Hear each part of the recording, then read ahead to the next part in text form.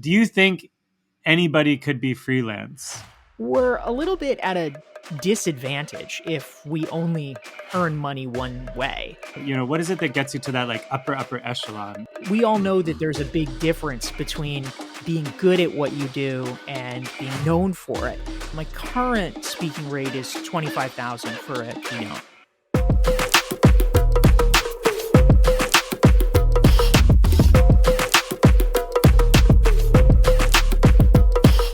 This is Philip Van Nostrand, and you are listening to the Epic Freelance Life podcast. How to make more money and live an epic freelance life. All right, welcome back to How to Live an Epic Freelance Life podcast. I'm here with a good friend of mine, Dorie Clark. I've known Dorie for, I want to say 3 or 4 years now, probably 4 years. And we met in a very interesting way, which we'll probably talk about later. But Dorie, why don't you introduce yourself? All right, Phil, I'm really glad to be here. So, I write business and career books. I teach for Duke University's Fuqua School of Business in Columbia. And mostly what I am interested in is helping people and companies figure out in a very crowded and noisy environment how they can get their best ideas heard. Ooh, that was such a good intro to yourself. Thanks, man. um, I could tell you've done this before. And yeah, that's great. And I think, and you do a few other things too. So it'll be fun to like suss that out as we talk, right? Yeah, absolutely. Okay. So I guess I'm going to jump straight to like my most curious question is, how do you make money, Dorie? So, my most recent book, which is called Entrepreneurial You, Hmm. is in many ways about this question. It's a book about how do you create multiple revenue streams in your business. And so one of the drums that I like to beat is that wherever possible, it is really useful for everybody to think about how to create multiple revenue streams because we're a little bit at a disadvantage if we only earn money one way. That was Yeah. something that I learned the hard way when I was early in my career and I was a journalist and I got laid off.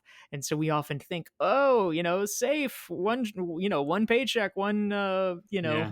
one secure thing. And of course, pretty much everybody who is listening to this and living or aspiring to live an epic freelance life understands what is fundamentally wrong with this, which is that the thing that seems perfectly safe is perfectly safe up until the minute it isn't, at which point it becomes incredibly risky. Yeah. So to Yeah. answer, You're just yeah, describing like millions of people's experiences during the coronavirus pandemic, basically. Yeah. exactly. And so what I've seen is that with many freelancers, it's better for sure because in most cases you don't just have one client, you have a multitude of clients, so you're Hmm. hedging your risk in that way. But there's also a kind of hidden risk, which is that if you are doing the same type of thing for every client, then if that Yeah. gets disrupted for some reason, that's also sort of an area of risk. And Yep. so what I like to suggest and what I do in my own business is to really think carefully about how can you expand both the audience that you serve and the types of things that you serve to them. So specifically for me, that takes the form of executive coaching, consulting, which I define as being doing work at an organizational level rather than at an individual level. I make money from writing books. I do a lot with online courses, both ones that I create myself and that I partner with other entities for, like LinkedIn Learning. Hmm. I also run a mastermind, a paid mastermind. Uh, this has been one of the things that has cycled off during COVID, but I also used to do live in person workshops. I do executive education teaching for business schools. I sometimes work with companies and do sponsorships. So Mm. there's a wide variety of ways that I bring in revenue. That sounds incredibly busy, Dory. It's Sponsorship. busy. It's Yeah. definitely busy, but it is not unmanageable in the sense that Yeah. a distinction that I draw is that it's not doing 10 completely different things. If Sure, you sure. have things where you have different audiences and different skills, if it's like, oh, well, I'm a hang gliding instructor and I'm a novelist and I'm a lawyer, Yeah, that's just completely different. This is really about taking some of the same things that I do, the same core IP, sure. and just leveraging it in different ways. Yeah, so would you say that there's like an umbrella, I don't know, statement for yourself, or an umbrella offering that you have for the world that every all of these things fall under? I think in a broad sense, it Hmm. relates to what I was mentioning at the Oh outset, yeah, which is helping people or helping companies get their best ideas heard. We yeah, all that's know right, that that's there's right. a big difference between being good at what you do and being known for it. And I have really spent a lot of time focusing in on the question of how one specifically becomes known for it. And so that's a separate skill set, and I help people figure that out.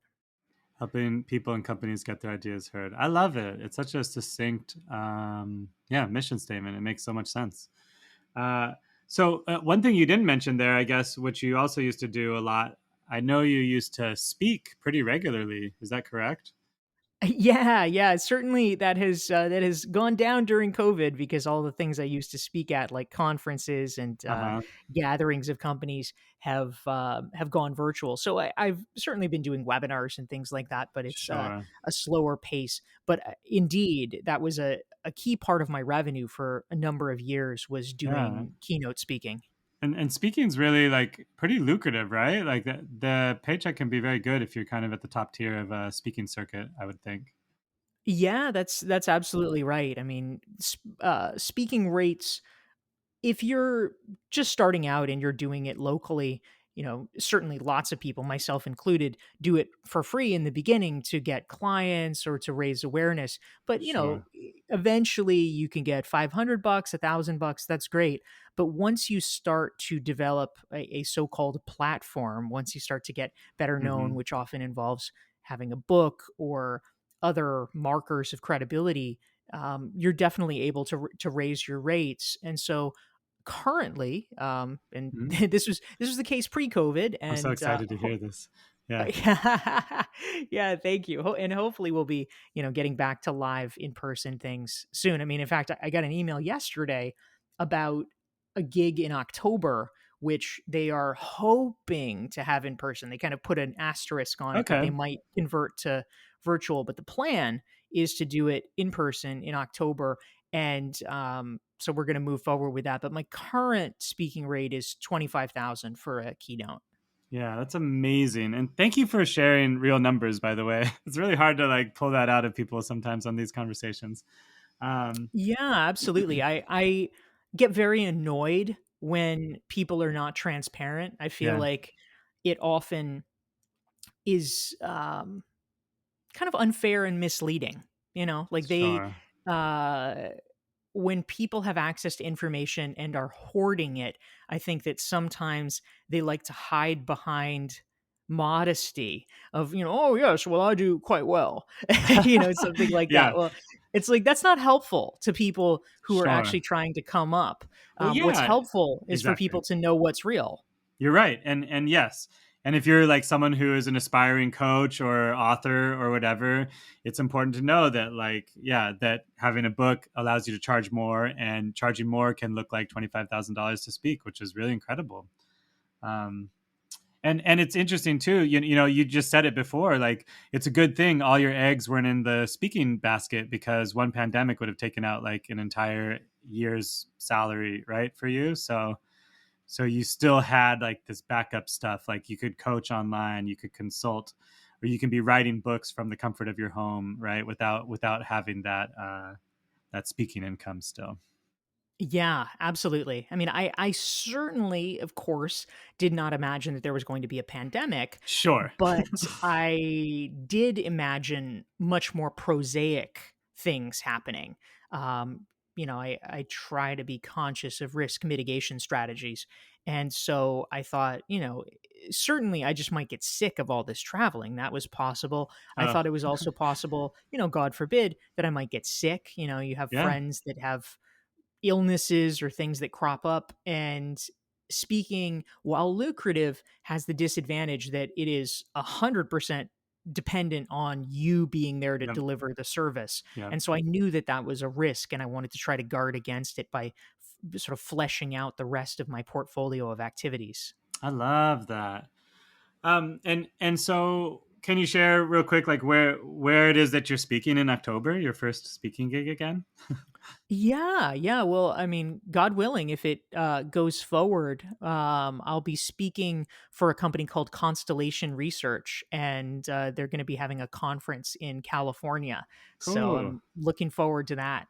This is someone you've worked with before, I'm guessing, or that they've got you back I again. actually I don't have know. not worked with them before, Oh, but I Ray Wong, who's a senior leader there, is a great guy that I've known through sort of on, I guess you could say, like online tech circles for a while. yep, So yeah, yep. the event is called Constellations Connected Enterprise, and they are hopefully at the end of October planning to have an event at Half Moon Bay in California, which is probably a place you're familiar with, I'm guessing. Yeah, that's awesome. For those listening who don't know, I am from Santa Barbara, California. Half Moon Bay, I think, is like Central California, right? Or Yeah, let me it's think. north Yeah, of Santa Barbara, but yeah, still on that gorgeous stretch of coast. yeah. It's lovely up there. So, oh gosh, I have so many questions for you now. I guess here's a question that I think maybe listeners might want to know: is how do you just decide that you're worth $25,000 to get on stage somewhere without like feeling massively sort of, that imposter syndrome? Or I don't know, how do you like end up charging 10,000 and be like, I could charge more? Is it just like what's the industry standard is, or what is it that gets you to that like upper echelon, Dory? Because I think for myself and a lot of people, we find we get stuck around like big numbers sometimes. Yeah, absolutely. I think a lot of it certainly is looking around contextually because, yeah, I mean, if you ask straight up or down, like, oh, is this person worth $25,000 an hour? Like, it sounds kind of ridiculous when you think Yeah. about what you Yes. pay, like a housekeeper or, Yeah. somebody who's doing a regular job. But in terms of the overall context, for an event, what is happening, um they are bringing together, if it's a company, they're bringing together their employees. If it is an association or Hmm. something like that, they're bringing together members, or maybe it's clients, whoever it is. But usually these are large groups of people, Hmm. and they are really wanting it to be an impactful event, obviously. And you think about, let's assume for the sake of argument that there's 500 people who are attending. Yeah. Well, if it's a company, that company is paying to fly in every single one of those people. They are paying the event venue. They're paying the hotel. They're paying the rental. Yeah. They're paying for the coffee breaks and the food, and all of these things.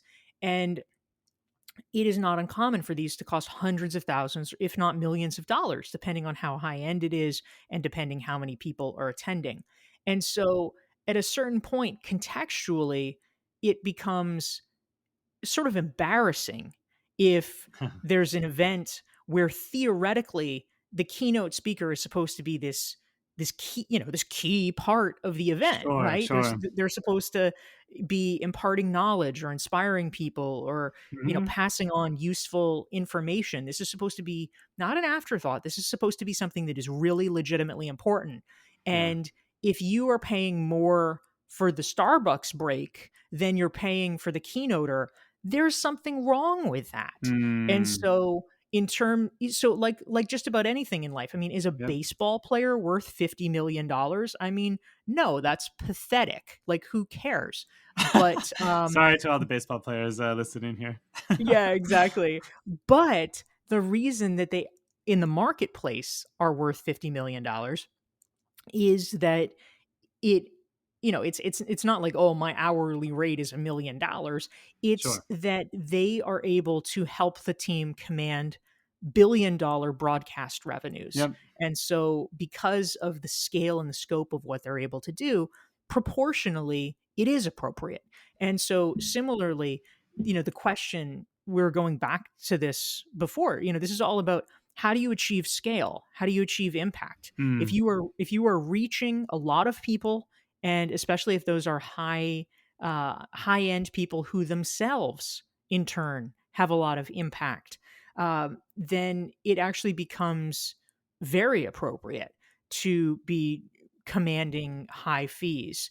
And I think thinking of it in that way is very powerful. And also, of course, getting to know peers in the industry so you can see what other people are charging, because there's nothing that will make you feel more confident in your fees than looking around and seeing that somebody that's actually not as good as you is charging more. Well, in that case, Yes, it's like, oh well, exactly. Yes.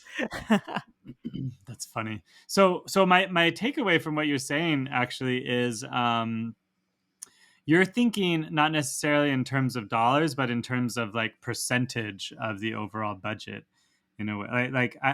That's how that's translating to me a little bit, and it makes sense that you wouldn't be like 0.05% of their overall budget if you are like a main stage speaker and you're capping off the entire conference. It would make more sense if you were like 5% or 10% of the overall budget or whatever.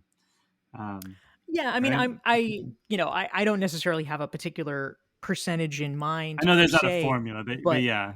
yeah, but certainly it is, I mean, in a rough sense, thinking about, it's a question of what is the value that you are providing proportionate Mm. to the overall expenditure.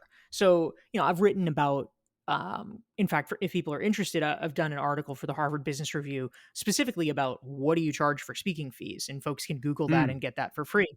But one key point is to really understand, what is the size of the audience? Who are the audience? What's their rank? What's their seniority? What's the context? Because if you're brought in to speak for, some completely wealthy hedge fund, you might say, "Oh, they have so much money. They're just rolling in money." Well, Sure. that's true, but if what they bring you in is for like a brown bag lunch and learn for their Hmm. interns, they're not spending a lot of money on that. They probably, the person who is bringing you in, they're like the volunteer coordinator or, whatever. Got it. Yeah, yeah, yeah. They don't have money to pay you. So it's actually true. I mean, you can decide if you want to do it or not, but if they say, "Well, Phil, we've got $500," they probably have $500. Meanwhile, if the same hedge fund is saying, "Oh, hey, Phil, we want you to come out to Aspen and give a keynote for our 250 Hmm. top clients," and they say, "Well, we have $500." They are lying through their teeth. That is just not true. Sure. That's great. Yeah, yeah. That's really great. Contextual, yeah, and value related to the project. I love it. Man, this is juicy. I really appreciate you sharing your insight with these things. It's really smart, and I appreciate it. And it takes people out of, I think maybe a trap that a lot of young or starting freelancers get into is like just charging an hourly rate, and that has to be limiting at a certain point, right? Um, Yeah, absolutely. I mean, hourly rates are easy in the beginning for sure, mhm. because you can track them, and you don't have to think about it. It's like, well, I charge $50, and so I spent 4 hours, so Yep. therefore I know to bill you for $200. And that's simple, but in the long term it's actually not that effective, because as we quickly discover, we only have so many hours in the day. You Yep. do hit a limit.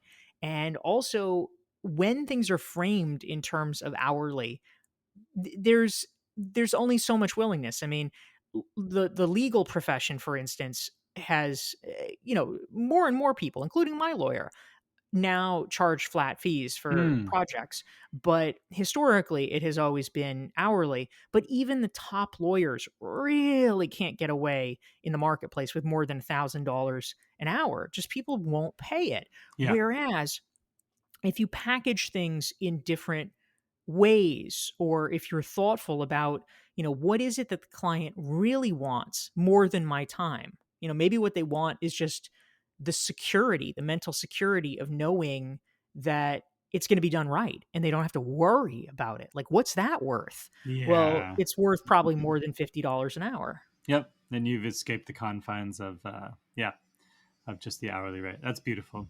Yep, I agree, 1,000%. Read Dorie's books. Everything is in there. She's great.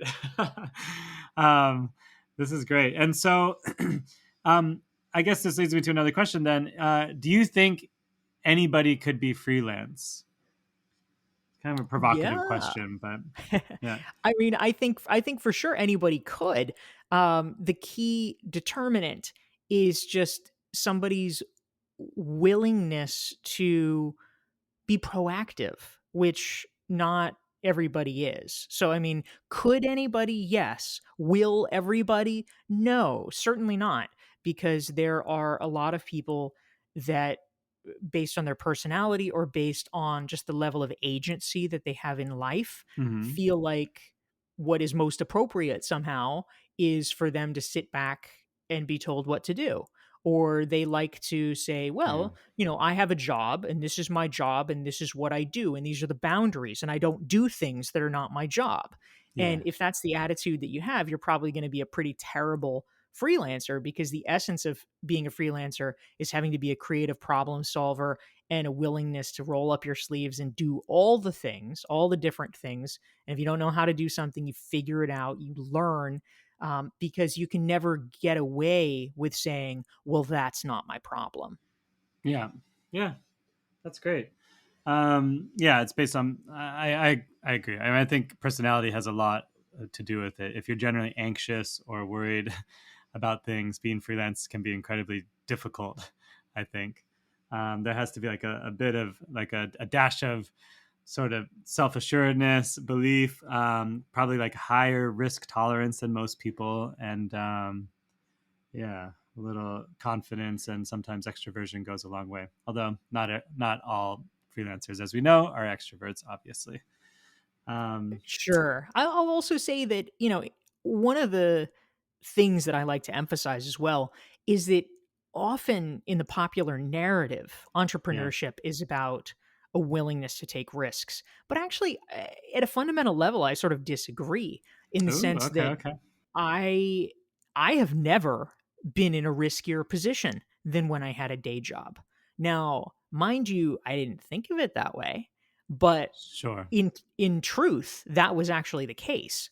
And so I actually think that for many entrepreneurs, or for many people who identify as freelancers, what they understand that other people don't is that security, the kind of security that is granted by someone else, is an illusion, Hmm. and we need to make our own security.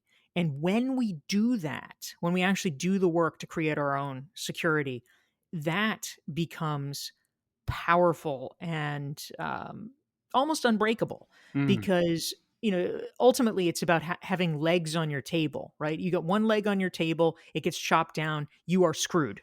But if you have a table and it has six legs, and which I think of as clients or Yep. income streams or whatever Yep. it is, one of them gets knocked over, I mean, who cares? The table is barely tilting because you have built up so much security through your other means. Yeah. That's the security you earn, not the kind of wishful thinking security that so many people have. Ah, you're so great, Dory. That's why I love talking to you. I'm also just trying to imagine what the shape of this table is that has six legs now. And I Yeah, was trying to yeah. imagine if there was any shape that would start tilting with minus one leg, but I think doesn't matter. It could be square, rectangular, triangular, six legs, minus one still works great. It's true. It's true. That's a great analogy. So do you? Okay, let's talk a little bit about. Well, first of all, do you even consider yourself freelance? I have a feeling you don't, and that's okay. But I'm curious what you think about the word.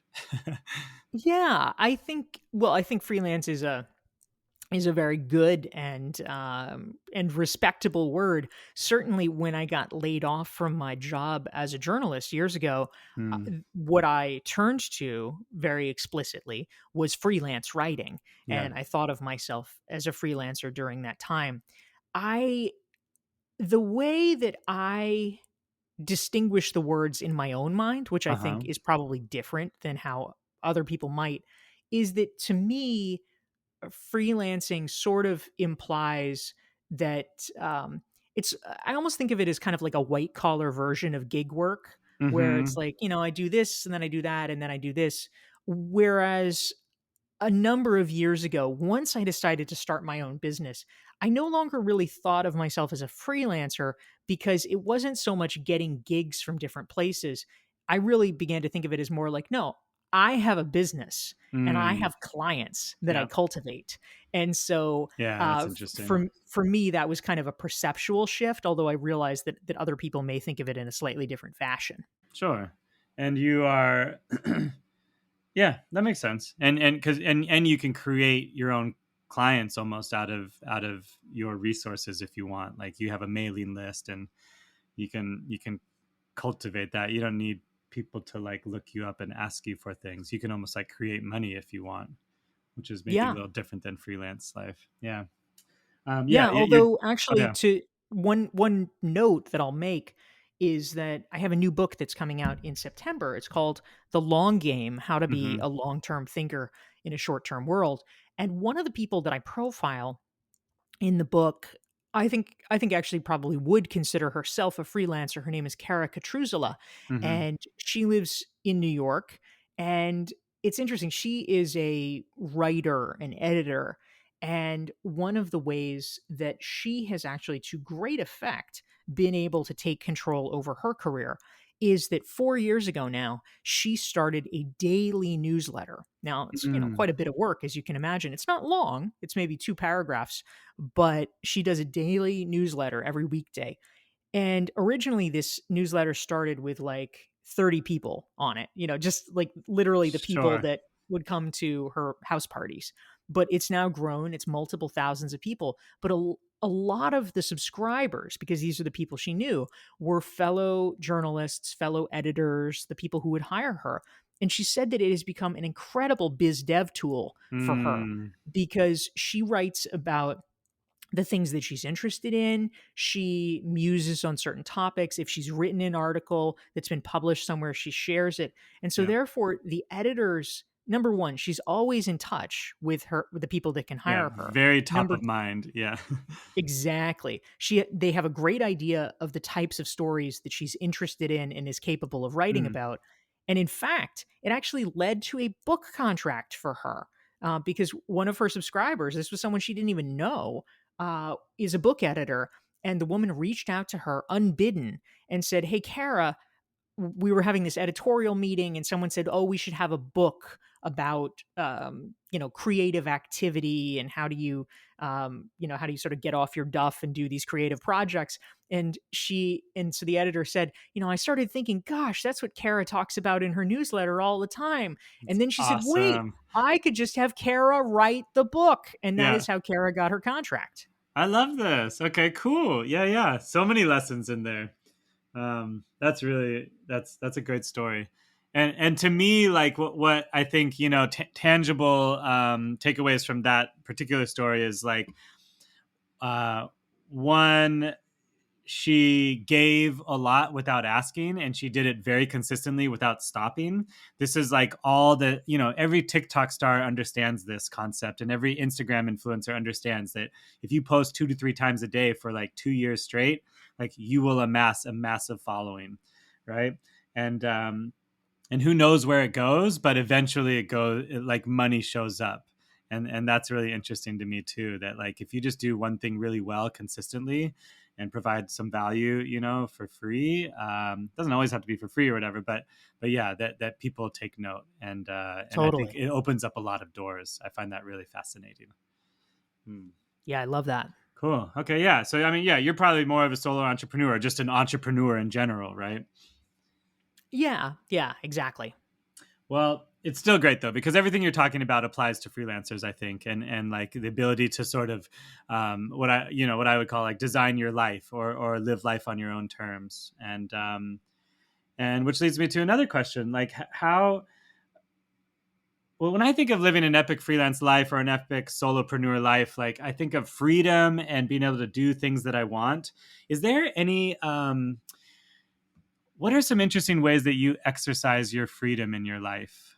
Uh, oh, I think I know Yeah. one that you shared recently. But yeah, what comes to mind when I ask that question? Well, it's a great question to ask, Phil, because I think oftentimes there's sort of this trade-off that happens because I remember in those moments when I had first been laid off from my job at a newspaper and I was establishing myself as a freelance writer. And even though I had theoretically plenty of time suddenly because I was unemployed, I didn't really use any of it in a relaxing way because I was in such a panic mode about, oh Mm, my God, I've got to get assignments, I've got to work, I've got to pitch. And so I wasn't taking advantage of that at all.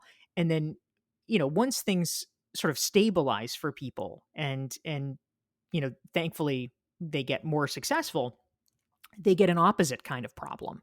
And so one thing that I actually talk about again in my book, The Long Game, my forthcoming book, is there's a woman named Sam Horn who is a very successful author and consultant, and she tells a story about how she was just completely burned out. She had been doing a presentation in California. She lived on the East Coast, and she was driving to the airport to get on a red eye flight, and she was talking to her son, her adult son, and he just, he heard something in her voice. He's like, "Mom, what is wrong?" And she just said, "Oh, I'm so tired. I don't even know if I can get on this flight." mm, And he said, "Mom, there's something I don't understand about you. You theoretically have the ability to do anything you want. You have a great business, it's successful, you make plenty of money. You could make choices, but you're not making them. All you're doing is pushing yourself to work harder and harder, and you're acting like that's how it has to be." And so he just sort of intervened and he said, "Skip the flight, just skip it." And he booked a hotel room for her for the next 2 nights so she could just take extra time where she was, which was actually beautiful. She was in Laguna Beach, California, and she just took 2 days to sort of stop and decompress. And it yeah. really reoriented her, and it helped her realize, whoa, I'm I have the ability to make choices, and yet I am not making them. So Mhm. I think it's really important for all of us to remember.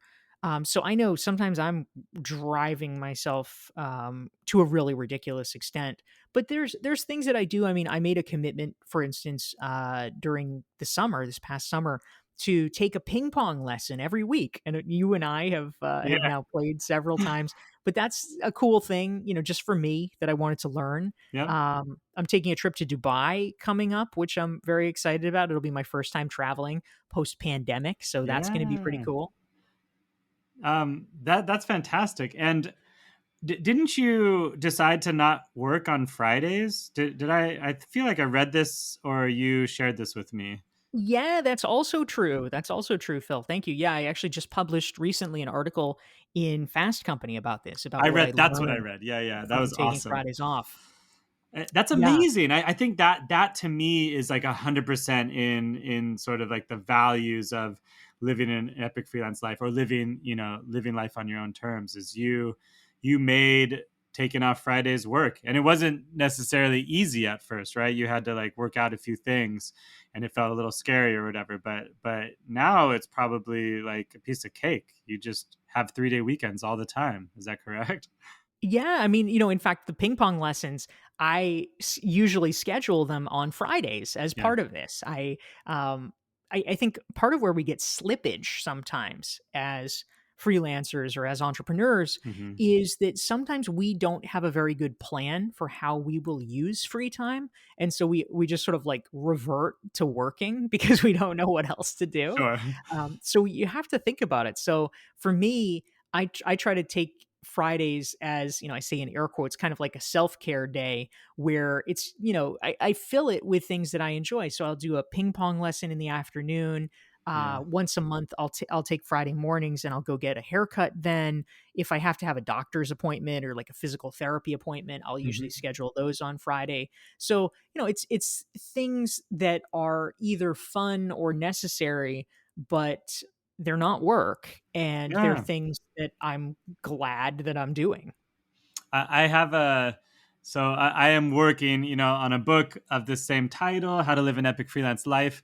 And one of my chapters, I really want to be called Midday, Midweek Movies, because Yes. there's something so satisfying about like going and watching a movie at like maybe 2 o'clock on a Tuesday afternoon when I know that like millions of other people are working a 9 to 5, and it just feels like such a direct um, exercise of freedom for me that I love that thought. And so taking Fridays off is amazing. It's really beautiful that you worked that into your life.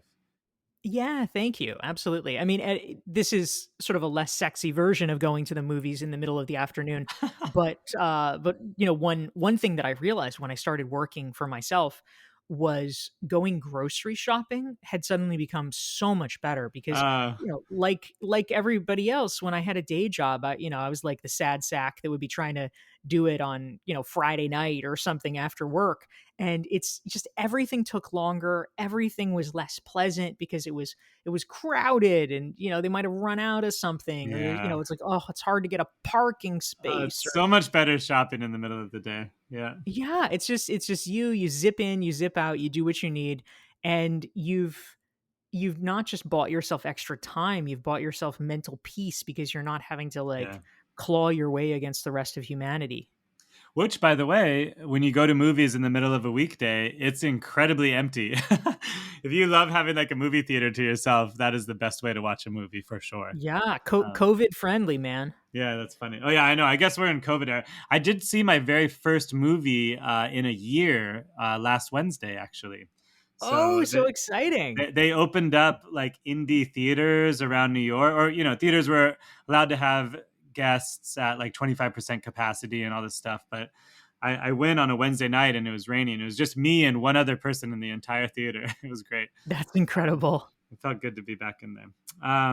Okay, we'll kind of like wind this down with a couple of last questions that are kind of like light questions, I would call them.